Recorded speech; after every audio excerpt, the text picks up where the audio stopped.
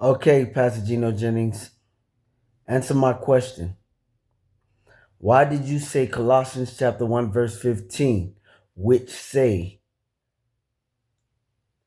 who is the image of the invisible God, the firstborn of every creature? For by him were all things created that are in heaven and that are in earth, visible and invisible, whether they be thrones or dominions or principalities or powers. All things were created by him and for him. Why do you say, why do you give a little truth to tell a lie? You said that means God created all things in Genesis, the heavens and the earth, and God is a spirit in John chapter 4. That's not what Colossians chapter 1 verse 15 is talking about. We know God created all things. We know God is a spirit. But it says God created all things through this image. If you don't know what the image is, just say that. You can't say the image, you can't just say the image is the first in the church, the head of the church, the first to be baptized with the Holy Ghost. That was your answer. It's not a good answer. God said, who is the image of the invisible God, the firstborn of every creature, for by him were all things created that are in heaven and that are in earth, visible and invisible, whether they be thrones or dominions or principalities or powers. All things were created by him and for him. Okay? And we know why he created that image. And he called it his son. Now, you think the flesh is the only thing that he called his son, but he was talking about the spirit in Colossians chapter 1, verse 15. Because if you read Hebrews chapter 1, he said he created the world through his son. And he tells you that he spoke his words. In a way, he tells you he spoke through the son and created the world. Because he said he upheld the world by his word. You understand? By his word. It tells you that in Hebrews chapter 1 to 1 to 3, verse 1 to 3. Now, giving me the explanation that God is a spirit, God created all things, it's not enough to explain Colossians chapter 1, verse 15. But let's hypothetically consider what you preach. You preach God created a body and put himself in the body. Okay, fine. So then tell me, why is God, if he's in that body, after he preaches to everybody on the earth, he leads the body to the cross, comes out of the body, goes to hell, preaches to everybody in hell? May I remind you, no man can see God and live because of sin on the earth. But yet you put God in a position to where all sinners in hell can see God and nothing will happen to him. So God goes to hell and preaches to those that are in hell, then comes out of hell, get back into that body that was on the cross, and now he looks like the Son of Man, the Son of God. So why is he telling you as the Son of God in Revelation chapter 3, verse 14?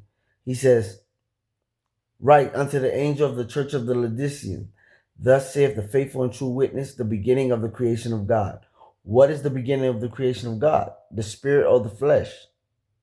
If you choose any of those, you're wrong. It's not the spirit or the flesh.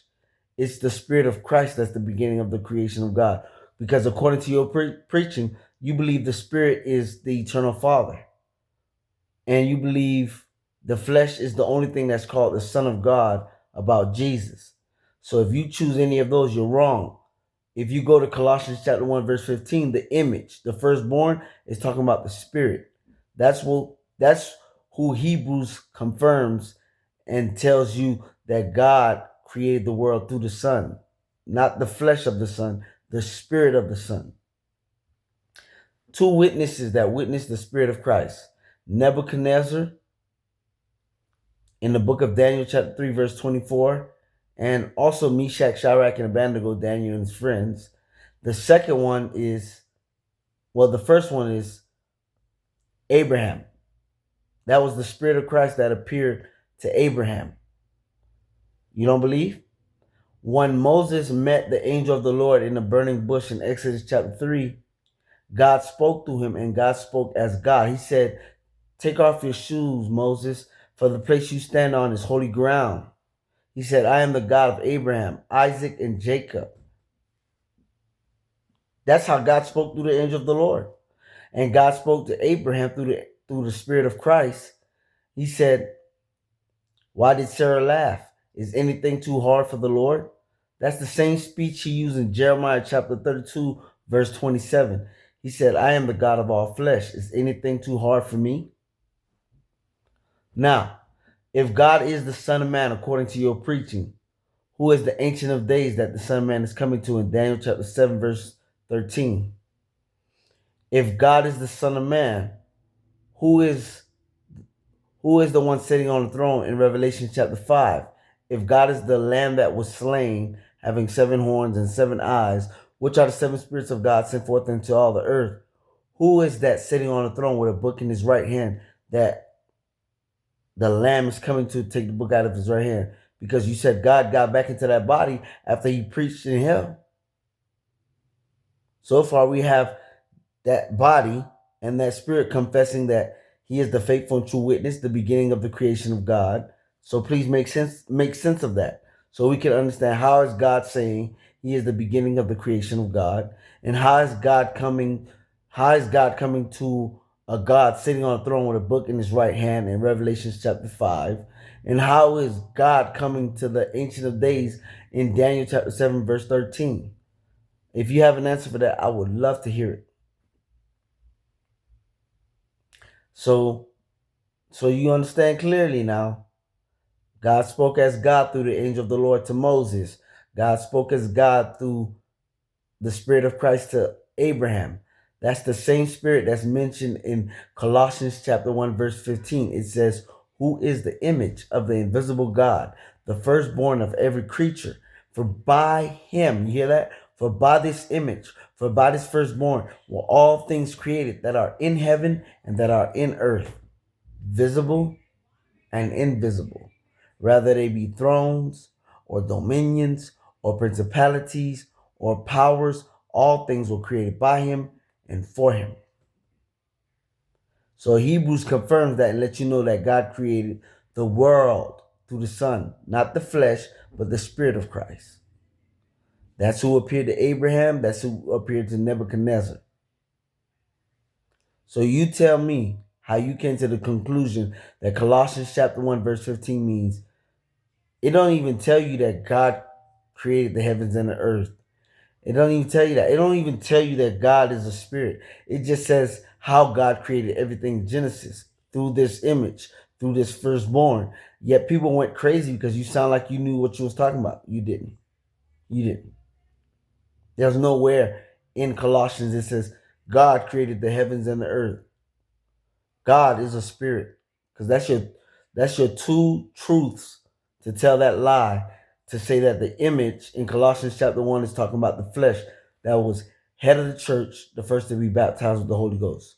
My friend, if you don't believe me, do the research. I gave you the information. Tell me what you think. Because no man can see God. So he created a life and called it his son, and he played the will of the son. Jesus said the Son of Man can do nothing of himself. What he seeth the Father do, the Son do likewise. He says in John chapter 15, verse 9. No, John chapter 14, verse 24. He said, those that don't love me will not keep my words. But those that do love me, the words that I speak, they're not mine. They're the Father's that sent me. Jesus can't do nothing of his own. He can't even speak on his own. God is his will. You see, let me give you an example of what I'm talking about. The sun is a created object. The sun is created, the moon is created, the stars is created. Yet they don't have free will like man do. God controls it. You can look at Jesus the same way. You, on the other hand, have free will. You hear God and you can deny God. You hear the devil and you can deny the devil. That's why God is going out of his way to teach you, to hand your will over to him. That's the two application of what Jesus was talking about. The Son of Man can do nothing of himself. What he seeth the Father do, the Son do likewise. He don't have free will, and he gives his will to God.